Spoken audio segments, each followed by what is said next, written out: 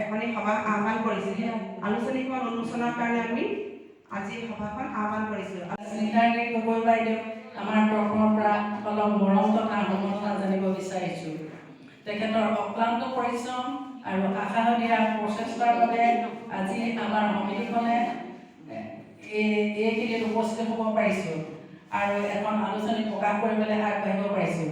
তেখেত কেৱল আমাৰ শাখাৰে নহয়, সদৌ অসম লেখিকা সমাৰোহ সমিতিৰ তৰফৰ পৰা সদস্য ৰত্না বঁটাৰে বিভূষিত হৈছে আৰু সদৌ অসম লেখিকা সমাৰোহ সমিতিৰ উপদেষ্টা পদলৈ উন্নীত হৈছে।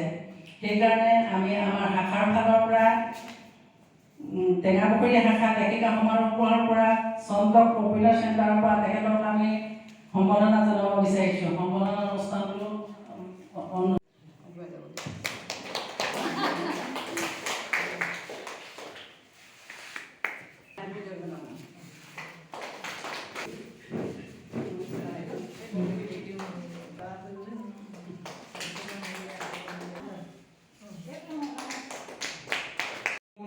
দেখা পোৱা যায় যে বহু দিনতেই কোনোবা এখন গ্ৰন্থত বা কোনোবা এখন আলোচনীত কিবা এটা প্ৰকাশ পাইছে, কবিতাই হওক বা গল্পই হওক বা প্ৰবন্ধ আদি প্ৰকাশ পাই গ'ল। সেই কিতাপখন বহুদিন বহু সমাজৰ মাজত বা আজিৰ জেনেৰেশ্যনৰ মাজত সেই কিতাপখন পোৱা নাই। কেনেবাকৈ কোনোবা এজনে পাই তাৰ পৰাই সেই প্ৰবন্ধটো বা গল্পটো বা কবিতাটো উঠাই লৈ খুব তেনেধৰণে বেলেগ এখন আলোচনী বা কাকতত প্ৰকাশৰ বাবে প্ৰেৰণ কৰা আৰু সেইটো প্ৰকাশো পাই যায়। সেইটো এটা পৰিতাপৰ বিষয়।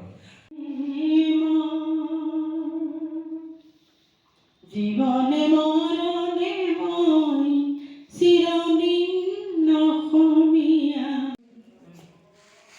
এখন ষ্টিল ফটো তুলি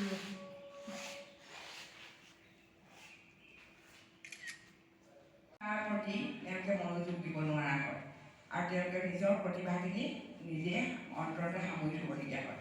গতিকে সেই প্ৰতিভা বিকশিত কৰিবৰ কাৰণে চিলা বাইদেৱে আমাক এই লেখিকা সমাৰোহ গঠন কৰিলে আৰু সেই লেখিকা সমাৰোহতে যিসকল লেখিকাই উৎসাহ যোগায়, তেখেতক এই লেখিকা সমাৰোহ আগবঢ়াই নিয়াত সহায় কৰিলে, সেইসকলৰ ভিতৰত আমাৰ চিন্তাৰাণী গগৈ অন্যতম।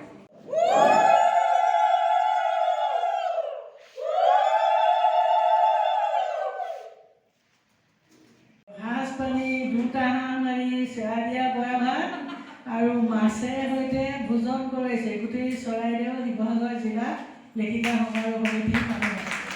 আৰু বৰগাঁও শাখাৰ পৰা মই লগত লৈ গৈছিলোঁ। আজি উপস্থিত যিগৰাকী নাই, লীলামোহন বুঢ়াগোহাঁই, সকলো মানুহকে ইমান ধুনীয়া উৎপাদিত কৰিছে। সেইজনী মালতী ফুকনে এইখন গল্প লিখিছে আৰু মই তেওঁকে সদৌ অসম লেখিকা সমাৰোহ সমিতিৰ মঞ্চলৈ আনিলোঁ আৰু মোৰ লগত সহযাত্ৰী হৈ যায় আৰু মই ক'বলৈ পাহৰিলোঁ আৰু লিখিবলৈ পাহৰিলোঁ মোৰ বাটচৰাটোত যে ৰংপুৰ আলোচনী সম্পাদনা কৰোঁতে মালতী ফুকনো মোৰ ছাৰ দৰে একেলগে আছিলে। মাতৃৰূপে তুমি অনন্যা, স্বামীক বৰিলা, কন্যা দানেৰে তুমি পৰিপূৰ্ণ হলা।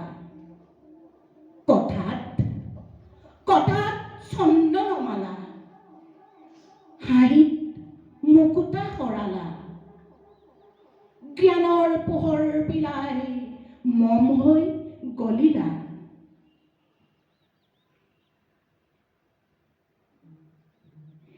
লেখিকাৰ পথাৰত সংগতি সিঁচি তুমি আমাক ধন্য কৰিলা, তুমি আমাক ধন্য কৰিলা। কিনো দিম, কিনো ল'বা, কি দিলেনো তুমি ভাল পাবা?